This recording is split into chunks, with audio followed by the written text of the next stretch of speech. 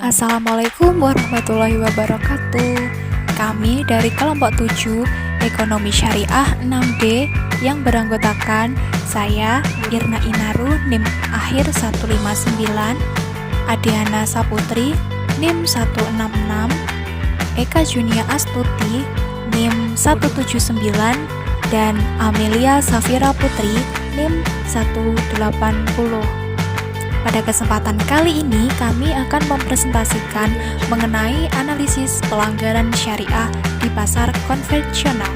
Yang pertama, saya akan membahas mengenai sekuritas emiten. Menurut Kamus Besar Bahasa Indonesia, sekuritas adalah bukti utang atau bukti pernyataan modal, misalnya saham, obligasi, wesel, deposito, dan sebagainya. Sekuritas disebut juga sebagai efek. Pada dasarnya, syariah memperbolehkan perdagangan sekuritas di pasar modal selama tidak melanggar kaidah fikih. Kemudian, suatu efek dipandang telah memenuhi prinsip syariah apabila telah memperoleh pernyataan kesesuaian syariah yang dikeluarkan oleh DSN MUI. Secara fundamental, emiten dan perusahaan publik yang termasuk dalam kegiatan usaha sesuai dengan prinsip syariah adalah emiten yang memiliki rasio total hutang berbasis bunga dibandingkan total ekuitas tidak lebih dari 82%. Jika kita telaah, saat ini masih banyak aktivitas pasar modal di Indonesia yang bertentangan dengan prinsip syariah sebagaimana yang digariskan oleh fikih. Di antaranya, yang pertama, sekuritas yang diperdagangkan merupakan sekuritas emiten yang memproduksi barang dan jasa yang haram.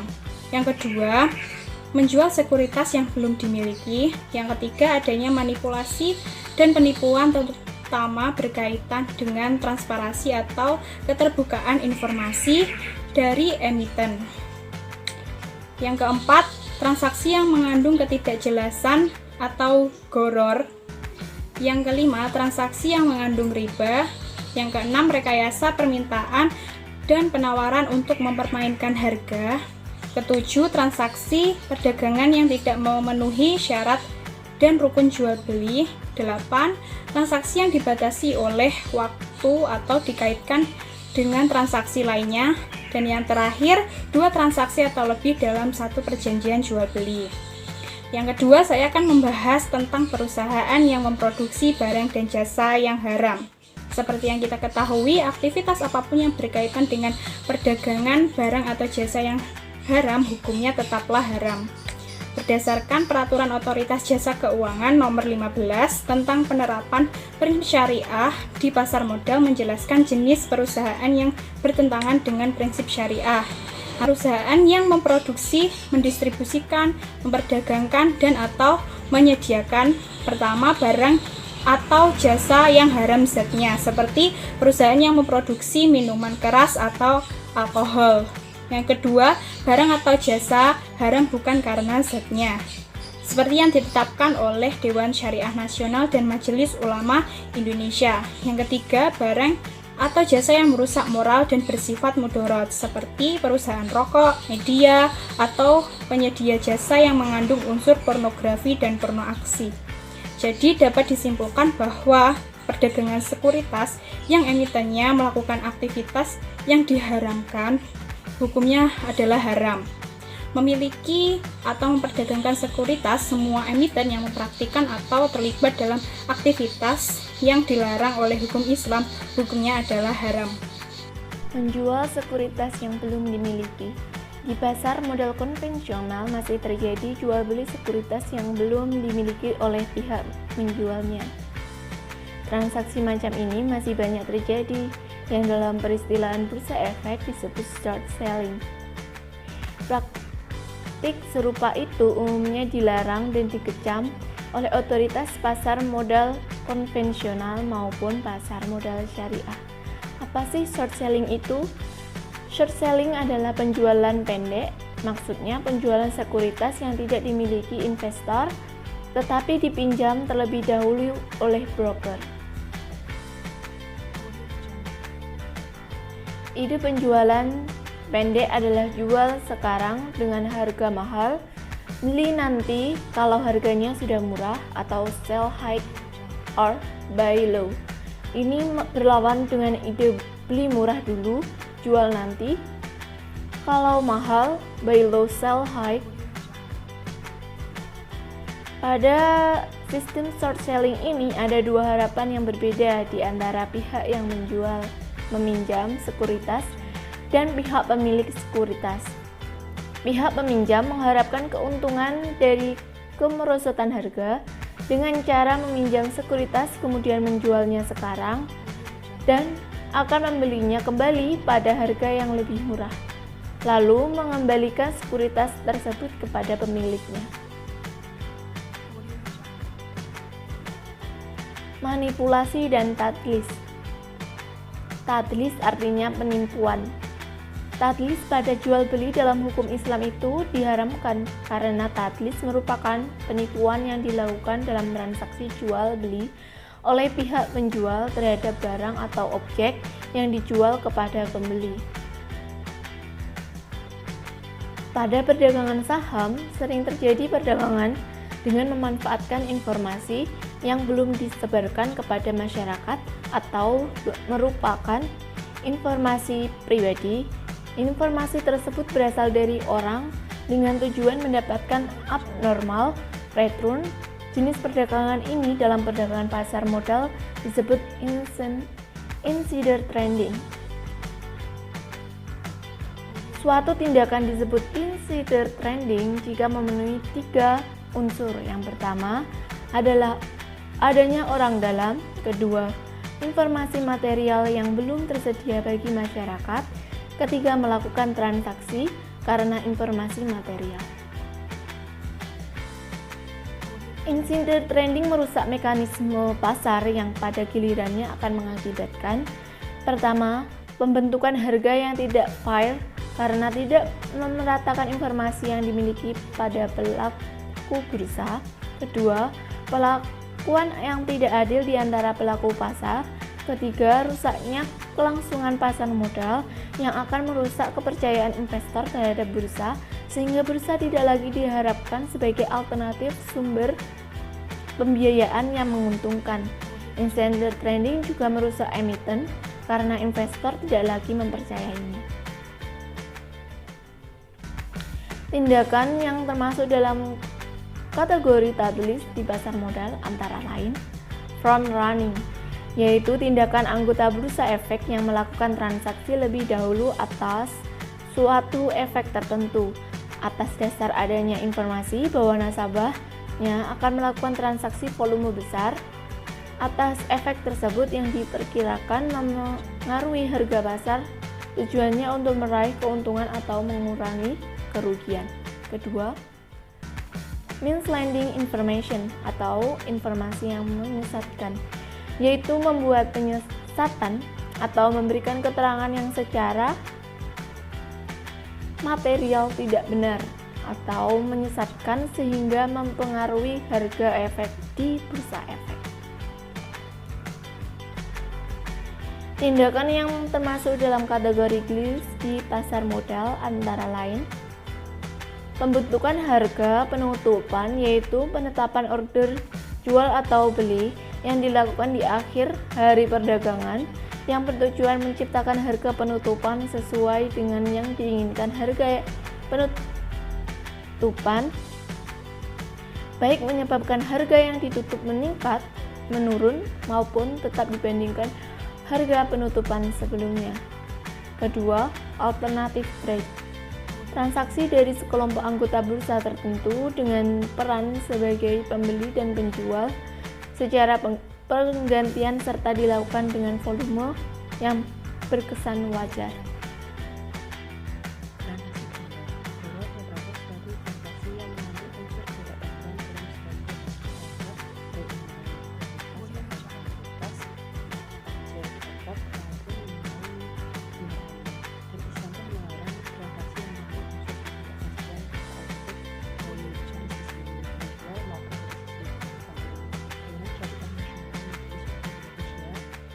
mengklarifikasikan tindakan yang termasuk borong di pasar modal, yaitu satu partial. Partial adalah transaksi yang dan penjual yang tidak menggunakan kepentingan bermanfaatnya. Yang kedua yaitu pre-transaksi, yaitu transaksi yang terjadi melalui pemasangan order beli dan jual pada rentang waktu yang hampir bersamaan dan terjadi karena ada perjanjian antara pembeli dan penjual sebelumnya. Selanjutnya, hukum transaksi jual. Demikian berpendapat jual beli yang barangnya tidak ada pada waktu akad tetapi baginya dan ada pada masanya telah dilakukan dan sebelumnya berdagang. Jadi dapat disimpulkan barang yang diperjualbelikan dalam transaksi perdagangan harus jelas dari sisi nilai, harga, sifat, zat, kualitas, dan ukuran.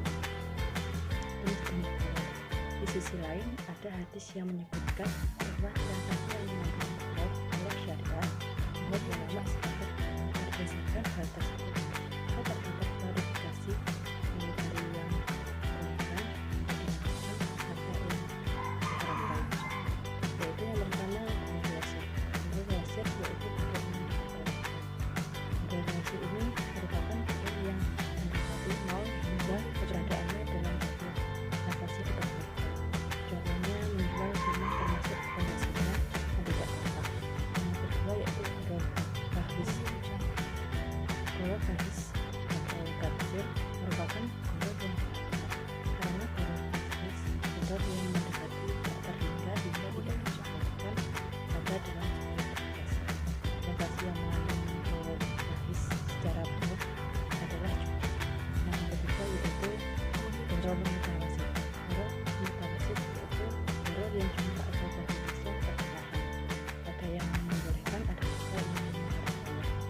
Ukuran untuk mengetahui banyaknya atau sedikitnya dikembalikan kepada kebiasaan. Selanjutnya yang keempat yaitu guru atau kerugian. Ibnu Rashid mengatakan bahwa guru kasir berbentuk kejahilan dan pengetahuan yang tidak mengetahui tentang sifat bantuan mengenai perwujudan subjek akad atau ketidaktahuan mengenai harga atau kualitas suatu objek akad. Maka akad yang mempunyai guru ini dibuat sama sekali oleh hadis larangan Nabi Muhammad berjual beli yang mengandung unsur guru ini. Contohnya menjual ikan yang masih di dalam air dan menjual burung yang masih hidup. Selanjutnya transaksi riba. Riba adalah manfaat yang diberikan dalam barang ribawi atau al-anwal waribawiyah dan tambahan yang diberikan atas pokok hutang dengan imbalan pembayaran secara bertahap.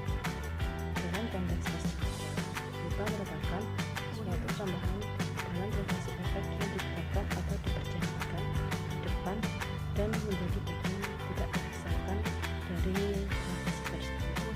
Selanjutnya, jenis riba. Riba yang pertama itu riba qard. Riba qard merupakan jenis riba yang terjadi dalam transaksi keuangan melalui pemberian pinjaman atau utang. Yang kedua, riba bulu. Riba bulu ini menurut BOS itu merupakan riba yang terjadi pada transaksi pertukaran atau jual beli dengan objek tidak nyata. Jenis yang barangnya secara jelas disebutkan dalam hadis yaitu emas, perak, gandum, kurma, dan sereal atau barley. Transaksi berikut yang dapat dikategorikan sebagai riba yaitu satu, margin trading atau transaksi dengan pembiayaan, yaitu melakukan transaksi atas efek dengan fasilitas pinjaman atas bunga atau riba atau kewajiban menyelesaikan pembelian riba. Yang kedua, aplikasi. Aplikasi adalah surat utang yang diterbitkan oleh emiten untuk dijual di bursa efek. Para pemegang aplikasi akan memperoleh dua arus jelas sebagai pengembalian investasinya, yaitu bunga yang bersifat dividen dan kapital intraday telah disesuaikan dengan fluktuasi harga di pasar. Selanjutnya yang ketiga, saham perekonomian.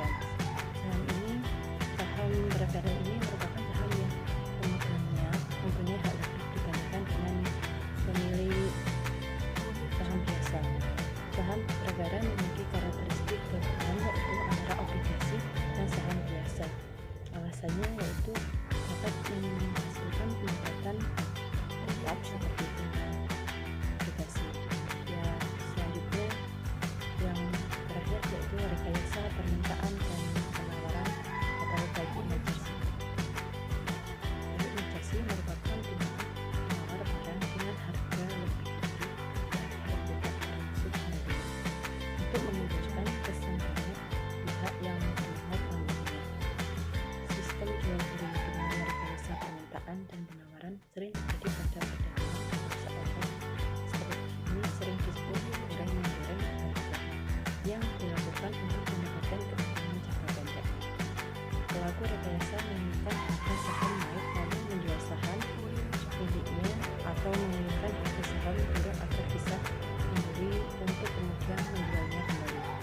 Menaikkan harga saham dengan rekayasa demand oleh diri sendiri terbuktikan sebagai jual beli sistem lelang yaitu dilarang. Jadi bagi emergency dilarang karena pelaku merekayasa permintaan untuk mendapatkan keuntungan di atas normal. Dewan Syariah Nasional Majelis Ulama Indonesia mengklarifikasikan tindakan yang termasuk dalam kategori jasa navigasi di pasar modal, yaitu yang pertama Pan-Endang, yaitu aktivitas transaksi suatu efek diawali oleh pergerakan harga atau uptrend yang disebabkan oleh serangkaian transaksi inisiator dulu yang membentuk harga naik hingga mencapai level harga tertinggi. Setelah harga mencapai level tertinggi, pihak yang berkepentingan terhadap kenaikan harga terjadi melakukan serangkaian transaksi inisiator dua dengan volume yang signifikan dan dapat mendorong penurunan harga. Selanjutnya Endang, yaitu aktivitas transaksi suatu efek yang diawali oleh pergerakan harga atau uptrend atau termasuk tren menarik yang disertai dengan adanya informasi positif yang tidak benar dihentikan dan juga disebabkan oleh serangkaian transaksi inisiator jadi yang membentuk harga naik hingga mencapai level harga tertinggi. Selanjutnya yang ketiga, creating tax diamond atau supply, yaitu permintaan atau penawaran palsu, yaitu adanya satu atau lebih pihak tertentu melakukan pemasaran order beli atau jual pada level harga terbaik, tetapi jika order jual atau beli yang dipasang sudah mencapai best price, maka order tersebut didelete atau di-annul atau baik dalam jumlah atau diturunkan level harganya secara berulang kali. Selanjutnya saya akan menjelaskan tentang perdagangan orang dalam atau insider trading dan margin trading. Yang pertama, insider trading.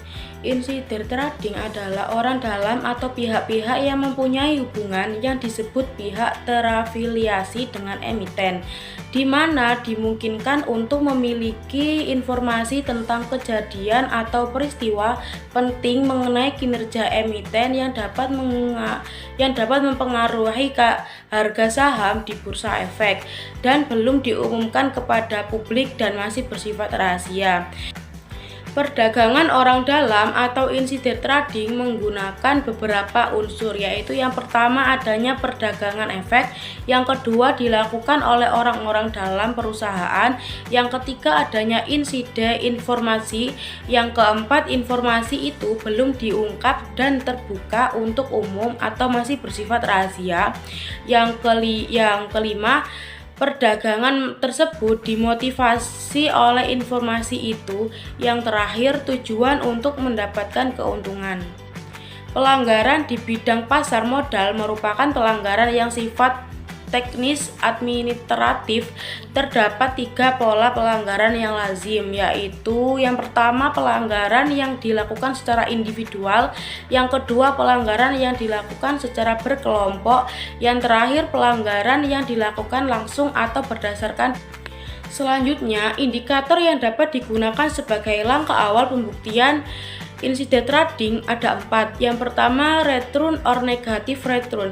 Tujuan melakukan insider trading adalah untuk memperoleh keuntungan yang tinggi atau abnormal return lebih dari biasanya. Perolehan keuntungan abnormal return berindikasi kuat disebabkan oleh insider trading.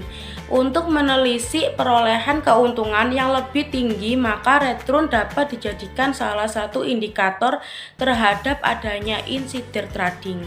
Yang kedua, volatilitas return. Seperti sudah disinggung sebelumnya, bahwa dalam kegiatan perdagangan terjadinya insider trading diindikasikan dengan adanya volatilitas, yaitu suatu kecenderungan harga untuk berubah secara tidak terduga. Yang ketiga, nilai transaksi. Nilai transaksi perdagangan saham akan terlihat sangat berbeda apabila transaksi tersebut diduga mengalami insider trading.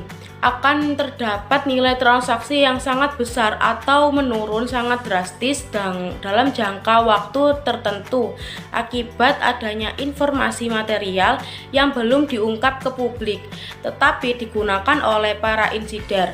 Dengan demikian, nilai transaksi sangat penting untuk dijadikan sebagai salah satu indikator adanya dengan insider trading. Yang terakhir, dominasi anggota bursa. Dominasi anggota bursa dapat dijadikan salah satu indikasi terjadinya insider trading karena akan terlihat pola-pola atau kebiasaan anggota bursa dalam bertransaksi. Apakah suatu anggota bursa sangat dominan dalam melakukan transaksi anggota bursa yang lain, walaupun para insider kemungkinan besar akan memecah atau mendistribusikan pesanan transaksinya pada beberapa anggota bursa, akan dapat terlihat dari kebiasaan anggota bursa bertransaksi pada perdagangan yang normal. Selanjutnya yang kedua, margin trading. Margin trading adalah aktivitas investor dalam membeli saham suatu perusahaan dengan menggunakan pinjaman dari perusahaan sekuritas untuk meningkatkan daya ungkit atau leverage sehingga mampu membeli saham berkali-kali lipat daripada yang seharusnya bisa dibeli oleh investor. Margin trading diartikan sebagai berikut. Yang pertama, transaksi pembelian efek untuk kepentingan nasabah yang dibiayai oleh perusahaan. Transaksi margin atau margin trading merupakan fasilitas yang diberikan perusahaan efek kepada investor dengan memberikan pinjaman berupa uang, namun pinjaman uang ini tidak harus dikembalikan secara terjadwal sebagaimana pinjaman dari bank. Yang kedua, investor baru mengembalikan bila berhasil menjual saham yang dibelinya dengan harga yang lebih tinggi dari harga beli sehingga investor memperoleh keuntungan dari selisih jual beli tersebut. Yang terakhir, sebagai imbalan fasilitas yang disediakan perusahaan efek, investor harus membayar bunga pinjaman dan fee. Bunga pinjaman dan fee tersebut telah disepakati oleh investor dan sekuritas melalui perjanjian pembiayaan dan penyelesaian transaksi efek. Sekian video presentasi dari kelompok kami, semoga bermanfaat untuk kita semua. Terima kasih atas perhatiannya dan mohon maaf jika dalam penyampaian terdapat kesalahan kata. Wassalamualaikum warahmatullahi wabarakatuh.